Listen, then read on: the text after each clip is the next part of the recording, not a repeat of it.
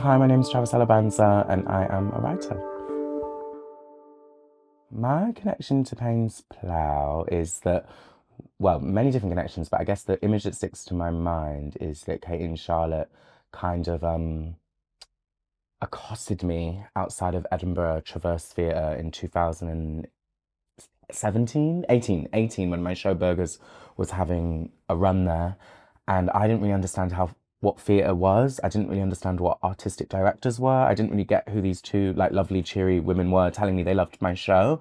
And I remember going back to my producer at the time and going, "Oh yeah, these two women just said they love my show," and then there was a pause as if like something should happen after that, and they were like, "Oh yeah, they're producers. They want to make the show," and I went, "Oh," and so I kind of realized that like my relationship to Paines Plough has like been one of like growth in the sense that they were always excited about my work, even if I didn't really understand what theatre was at the time.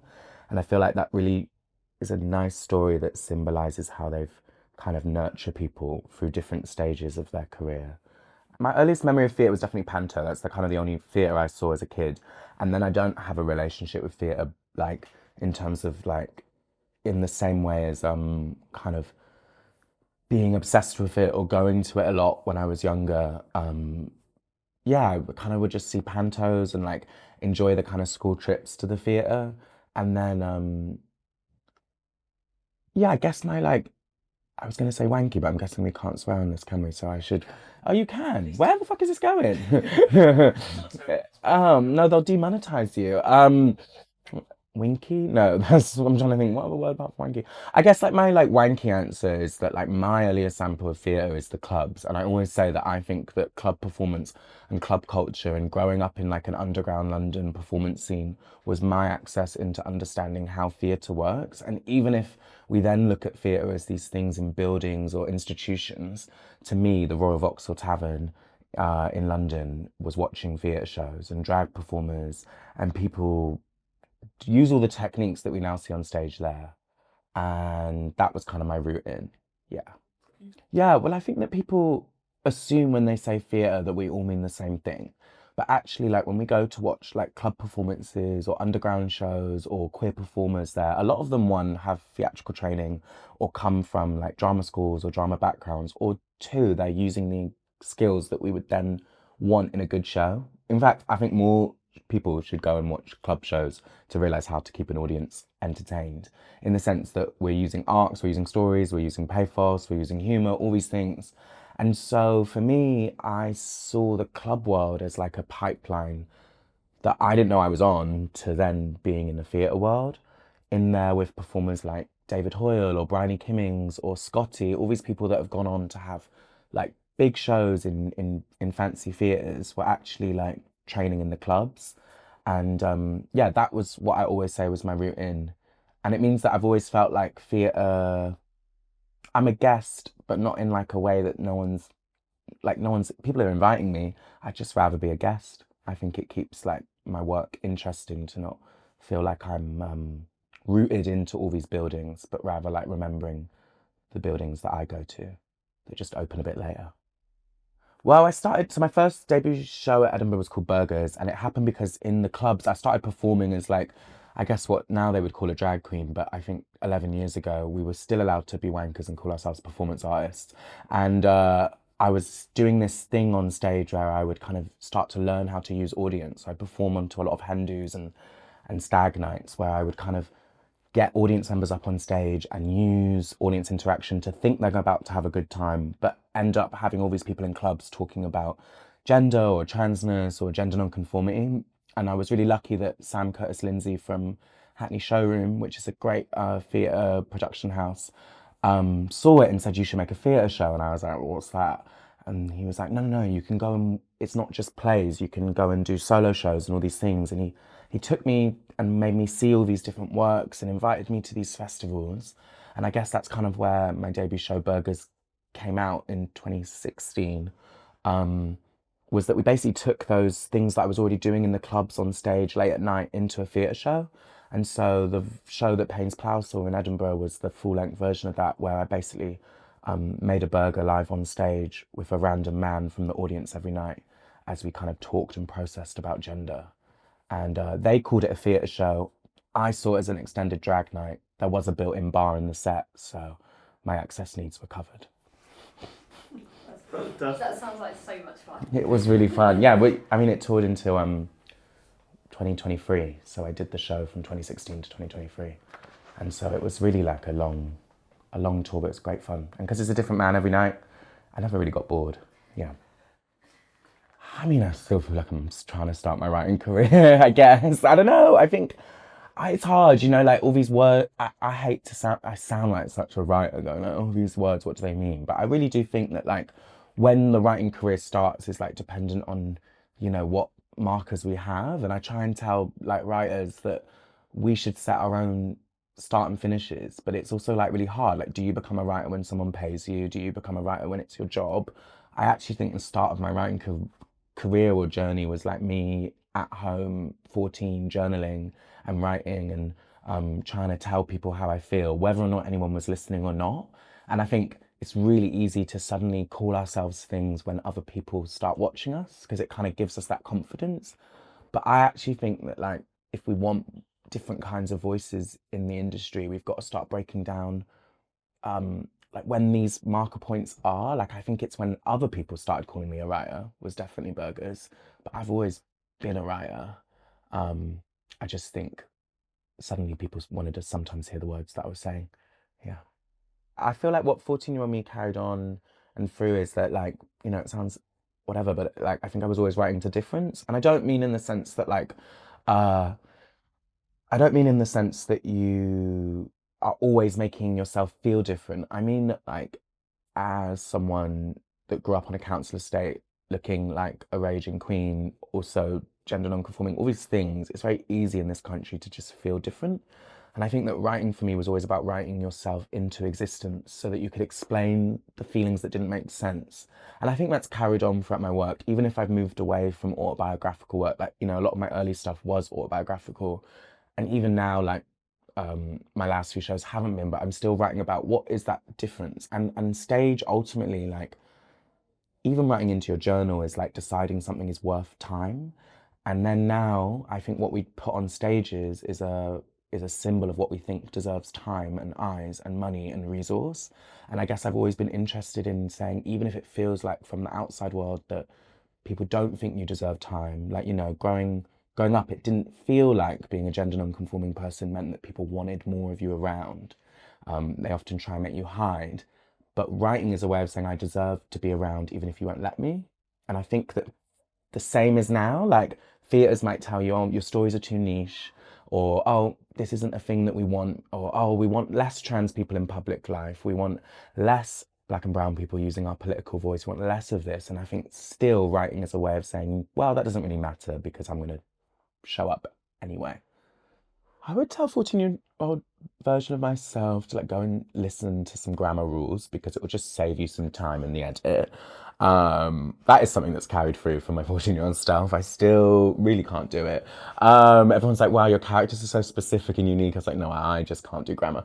But like, I would tell my 14-year-old self that actually, like, I guess it's hard, like everything happens for a reason, but I was too afraid to pursue being an artist when I was younger because I just didn't really know the job existed. And I guess, you know, I regret that because I would have really loved thinking that I could be an artist in my teens and like I would really enjoyed that. And I guess I would tell my younger self to like go and watch more because you will be surprised about what you connect with. I think it's really easy for us to go like, that's culture over there and I'm outside of it. But actually, like, now I like watch so many different things and enjoy so many different things. And it was only me that was left out from thinking these things can't resonate with me. And so I wish like the younger version of myself broadened what I thought I could watch and take inspiration from sooner. But then again, I was also 14, so give myself a break. I would say to new writers right now that advice can sometimes feel a bit flippant from other writers because we all are existing in different contexts and the time is really shifting. And that means we have to give ourselves grace if our paths don't look like other writers that we've been watching or following because the industry is constantly shifting and changing and the resources are shifting and changing. And so I think context is really important to give yourself an understanding of how you might be feeling and what might be happening around you. And I think I would also say that there's loads of different ways to put shows on, and that we don't always have to rely on people that have keys to certain doors to put work on. If I waited for someone to tell me that I could put on my shows, I wouldn't be making current work now with the people that I was waiting for, if that makes sense. And I think that DIY culture and doing things ourselves and remembering like what it means to gather and make art actually doesn't always require buildings or funding pots or all these things. And it might be a harder route or it might be a different route actually, but we can learn loads about making art in that. And I think that, yeah, I think that our response to a shrinking arts economy shouldn't be we can't make art. It should just be that we can make art in different ways.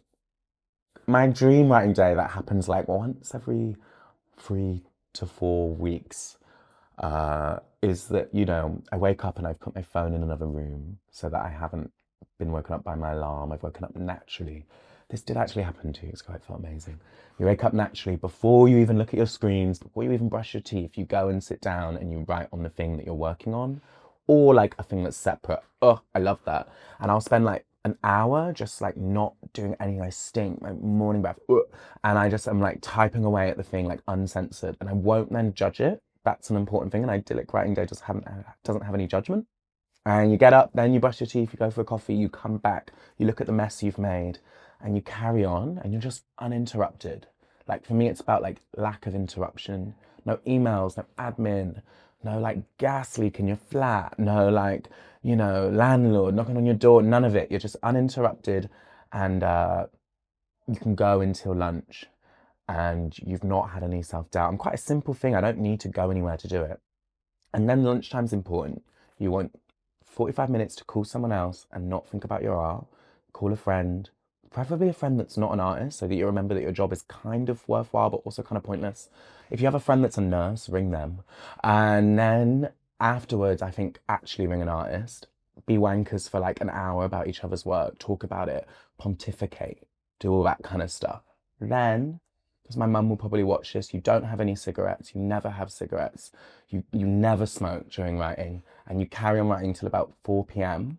And then you feel so smug that you had an uninterrupted day of writing that you feel like you can then take the next week off. Look, I think this is like probably with all that in jest, is like a more typical day. I think the reason I find sometimes these questions when you see writers saying what their writing day is like, it's like, come on, like that's not how life works. And actually, the reality of being a writer is that you might be stressed about your bills, or you might be trying to source other jobs. You might get notes from a script back just when you don't want them because you've actually been waiting for the last month for them, and now you've suddenly focused on something else. And so I think a typical writer's day is like sometimes waking up. In this version, your phone is right by your face where you've woken up. In fact, you've got multiple screens. Every screen you've ever owned. You have neighbors' phones next to you. You have people that you don't even know screen looking at you, and you doom scroll. No, and then I think it's about collecting the mess. That's how I like to think. That first hour in a typical day is like trying to decide like how much space I'm going to give myself to write and how much of other life I've got to do.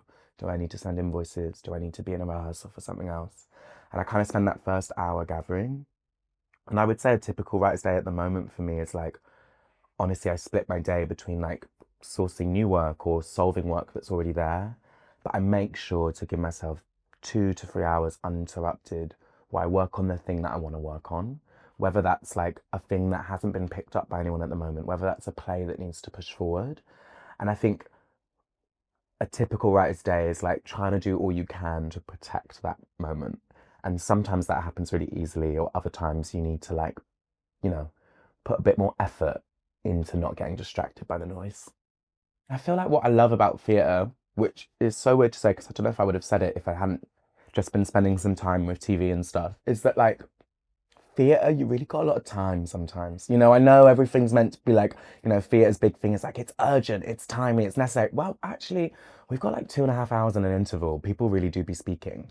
And like, I feel like in other forms, dialogue is treated in such a different way. And I feel like what I love about theatre is the license you're allowed in how you want to say things and how you want people to speak, or what poetics you want to use as well. Like, you know, in certain, you know, in TV, you can't get away with the kind of rhythm or language you might want to use in theatre.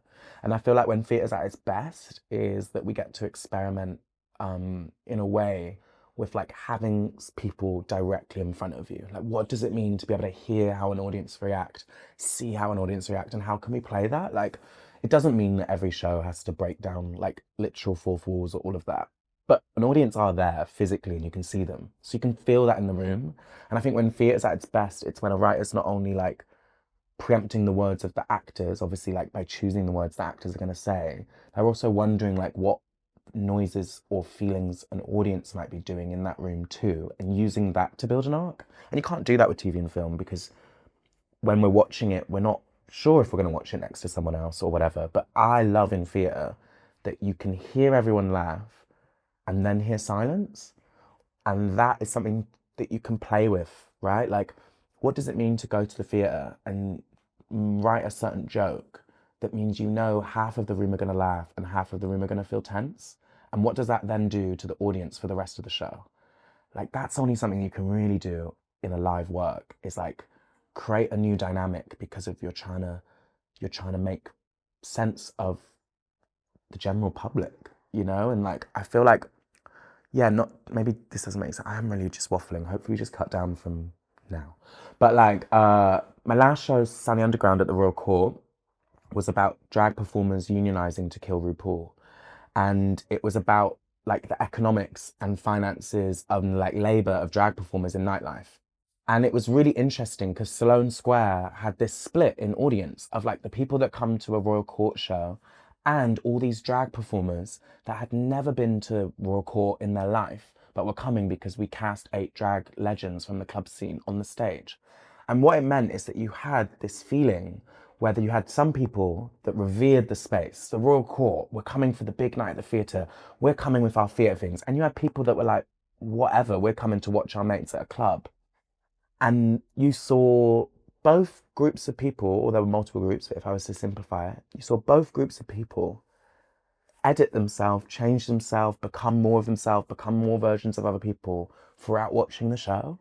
And that affects the performers and the context of the show. And then it's also reflected back to them. You only get that in theatre. This kind of live circle where like everyone is affecting each other, even if the walls are closed. Obviously in a show of drag performers, you couldn't close the fourth wall even if you tried. Oh, my favourite moment when I'm watching a theatre or a cabaret or any live performance is when it sings, is when I can tell that the room has been like forced or made to feel an emotion at the same time together and it's clear. Like, I just love that feeling when I'm like, oh my God, this artist or whoever the group of artists or the people that have crafted this thing just made us land here. And I just didn't feel like I had a choice. Like, I'm just here. And I think when I can feel that in a room, whether it's my work, someone else's or whatever, I get so excited because I'm like, oh, we're all in on this. And it was because the person crafted that thing in front of me. Whether that was because the lighting change or the set came together with the performers, whether that was because of the joke, whether that was because of what they said. It's very rarely because of what they said. I think that's also a good tip for writers. It's always like the combination. That's when I get excited because I'm like, oh my God, how cool. I was feeling really cheery and now you've made me feel really sad and I didn't really have a choice and you've done it and then everyone else is feeling it too. Yeah, I love that. I do have a writing prompt that I always like use, and it depends, like you can kind of have different versions. But a big prompt that I like start with my free writings with is like, what am I feeling uncomfortable about at the moment? And I think writing from a place of discomfort is always really interesting for me because you can go grand or small or whatever, but there's going to be tension. And I think sometimes my issues in my writing is I can come like it's so easy to move into didactic versions where we're just trying to tell something. But when I write from discomfort, there's something always really murky there. So I ask myself, like, when I'm stuck, what I feel uncomfortable about. I'm working on a couple of plays and I'm working on some film scripts. What I feel really excited about is that I feel like it's been 10 years of now making like live work or whatever. And I feel like I've finally realized that I can take risks in other ways. What I mean by that is I feel like my characters are doing really exciting things, daring things, bold things, and it's making me really feel fun. I also feel like I'm in all the work, but I finally like feel like I've done the autobiographical stuff. So it's really fun to just be in like wild stories and dreaming up loads of different things. And I'm really obsessed with like trans and queer people doing bad things. And so a lot of my work at the moment is like characters being really like morally bankrupt and what that says about our time and place that we're in. And that's been really fun. How I feel about it all is that I think it's a really hard time to make work where you are committed to communities that don't necessarily have a track record or history of being on certain stages here, because I think that when we revert back to conservatism within the whole country, it's like always been shown that that means we become more conservative in what we see as risk and finances and all these things. And I think we've seen that. We've seen like the 2020 boom of stuff just completely fade back away in terms of how people think about like diversity. I mean, I hate that word, it makes me want to throw up, but like how people think about ultimately just people in this country and how they make up. And you can see people pulling the strings on not just the finances, but pulling the strings on our attitudes of what we care about. You know, like we're used to all white casts again. We're used to like people like whole seasons not having like diverse voices, and you know all these things are front facing. But what I think that means for behind the scenes as a writer that can't choose whether to be what people see as diverse and and wants to tell certain stories, not because it's in vogue or because it's popular, but because like that's the life that I know, is that people see your stories as inherently risky. And I find that just a fascinating time to make work, because my work is risky, but not because the stories, but just because like I enjoy risk. And I think actually like performance is a space to have risk. And I think it's fun to like create a space where we feel we are like treading edges. And it's weird that risk is now, I think, being purposed as a thing to absolve or solve rather than a thing to like walk into. And I think like art is at its best when we think of risk as something that's like important and vital rather than something to like business strategize away. I would say that like it's an interesting time to make work because a lot of art is feeling like a really, really badly run tech startup. And I think that is a weird time to be a writer, because are you an artist or are you an intern at like a really bad company with beanbags everywhere because they're trying to tell you that it's a good company to be at, but actually the only time you're allowed to be creative is on the treadmill whilst they're still forcing you to work and be an admin assistant? I don't know. That's what I'm working on at the moment. I'm inspired to write now. My inspirations to write now are really different to like 10 or so years ago. Is that I'm really inspired now by remembering what it feels like to see people say your words and remembering what it feels like for people to connect over words and art. I had a read through for my play that I'm trying to write at the moment 2 weeks ago. And all the producing worries of it went away when I remembered what it feels like to see a group of people laugh at something or shock at something or whatever.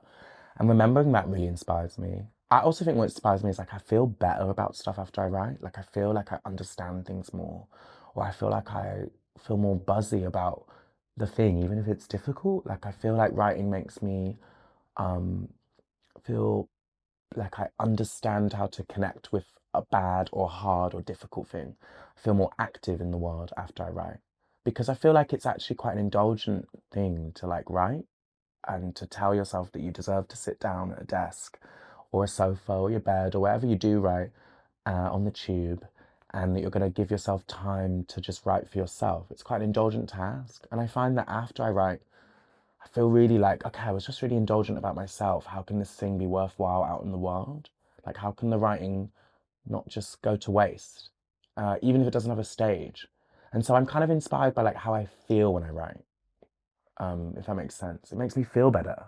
And so like when I'm stuck, I like try and remind myself, I'm like, this is kind of like tennis or exercising or eating good food or going out and seeing friends or like partying or all these things that make us feel good. Like writing's part of that like kind of pie for me.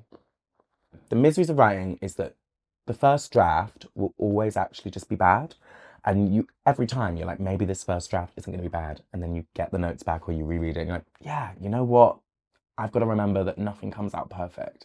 And like you kind of build this image that you think there must be some writer somewhere that writes a first draft and everyone just goes yes. And actually the misery of writing is that you've always got to work on it.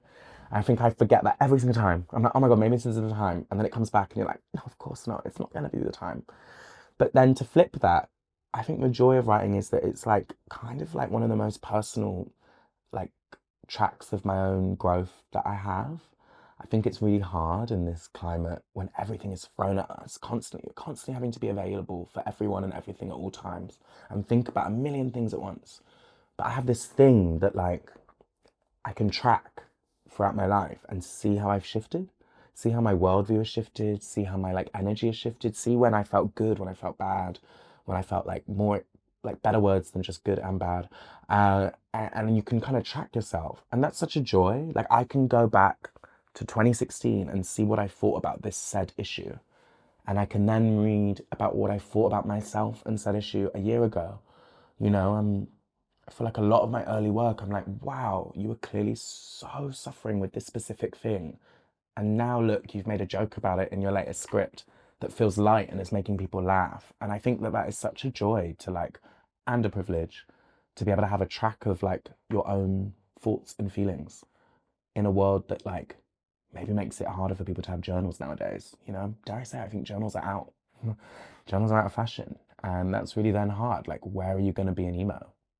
What I want to see more of is I really want us to see more work that fits outside of like forms. And I want us to remember that I personally don't think we're coming to the theatre to see a Netflix show. I think we've got Netflix for that. And so I want to see theatre that reminds us that we can take risks and play with form. And I think there's amazing, incredible artists making like bold, brilliant, like form busting work on the fringes. And I would like to see them given the funding to realize their dreams in big stages. And I think audiences want it too.